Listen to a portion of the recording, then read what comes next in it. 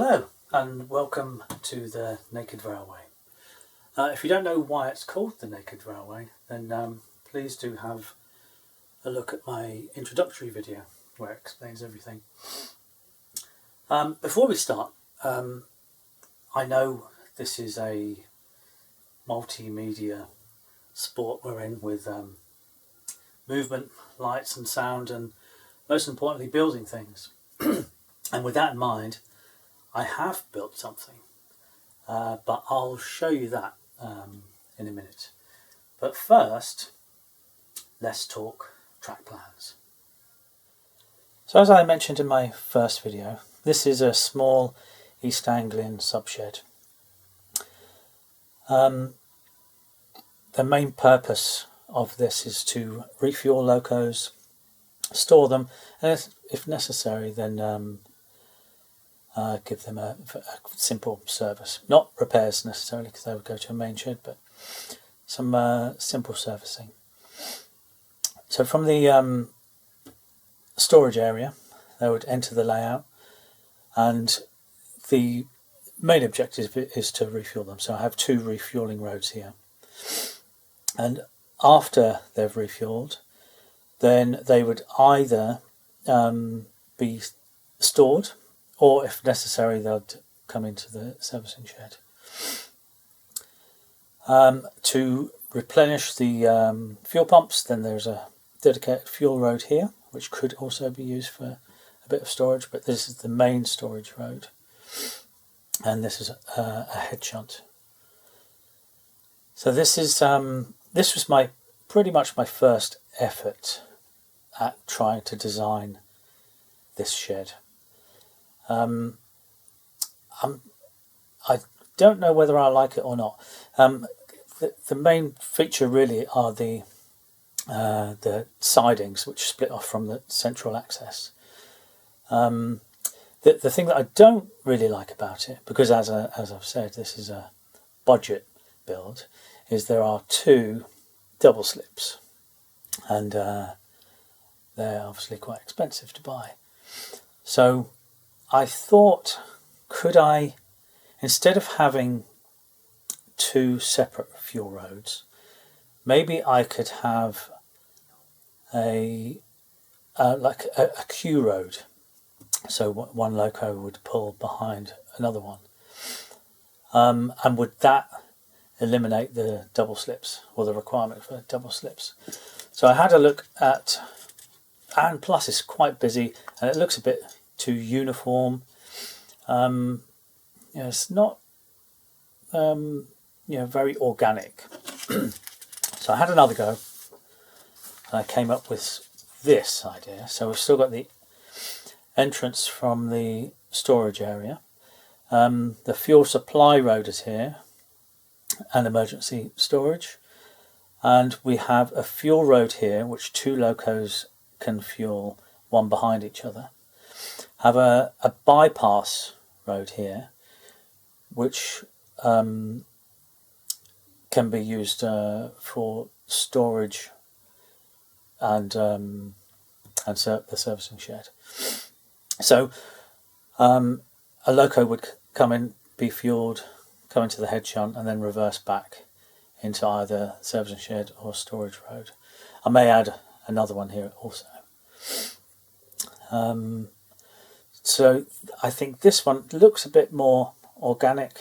It looks maybe slightly more convenient to operate. So, on this one, if I want to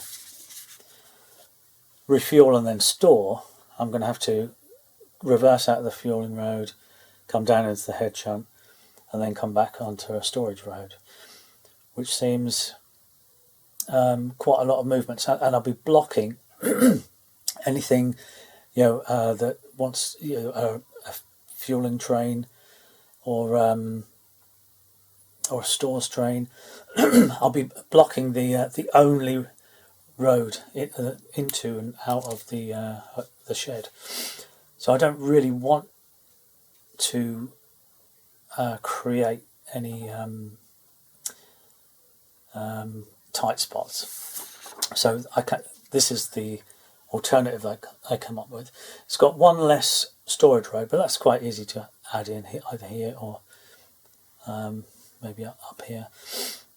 But I think I'm leaning more towards this style than the other one with two separate roads, where I can have a back-to-back road instead of two separate sidings.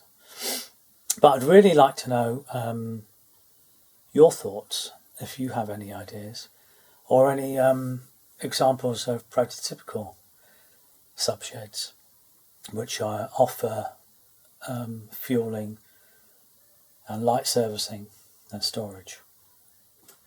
I'd really like to know your thoughts on both of those options, or any alterations or modifications or improvements that you can think of.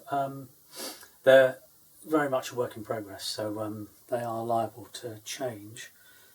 But let me show you what I've built.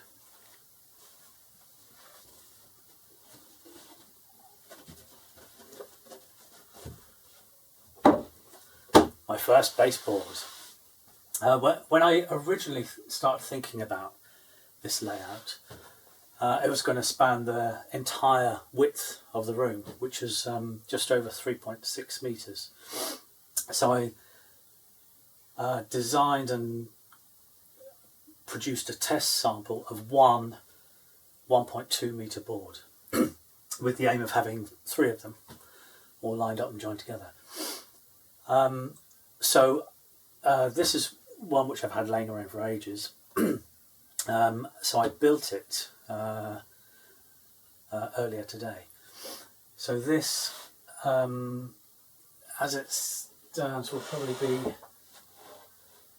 in the middle here, and I'll have 2 smaller ones which I'll cut from the other baseboard that I've got, to make 2 smaller ones either end, because as you saw on the track plans, there's a lot of point work in the middle of the layout, so that it's probably the best option to have the biggest baseboard, as opposed to having 2 separate ones with a join where all the points are, to have this where all the points are.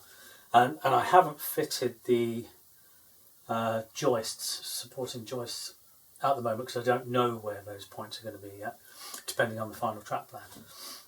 So I shall finalise that, and then I'll know where to support it underneath. So at the moment it's just half a box.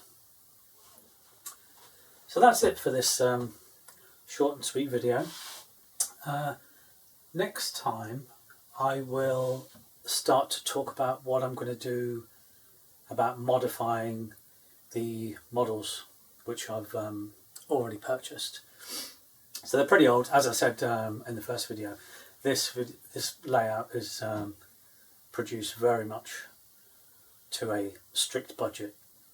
The time I spend building it is my spare time, and as I run my own business and have a son, I don't get that much time to spend on hobbies and things. So the time I have, I need to spend productively. And the money I have to spend very wisely.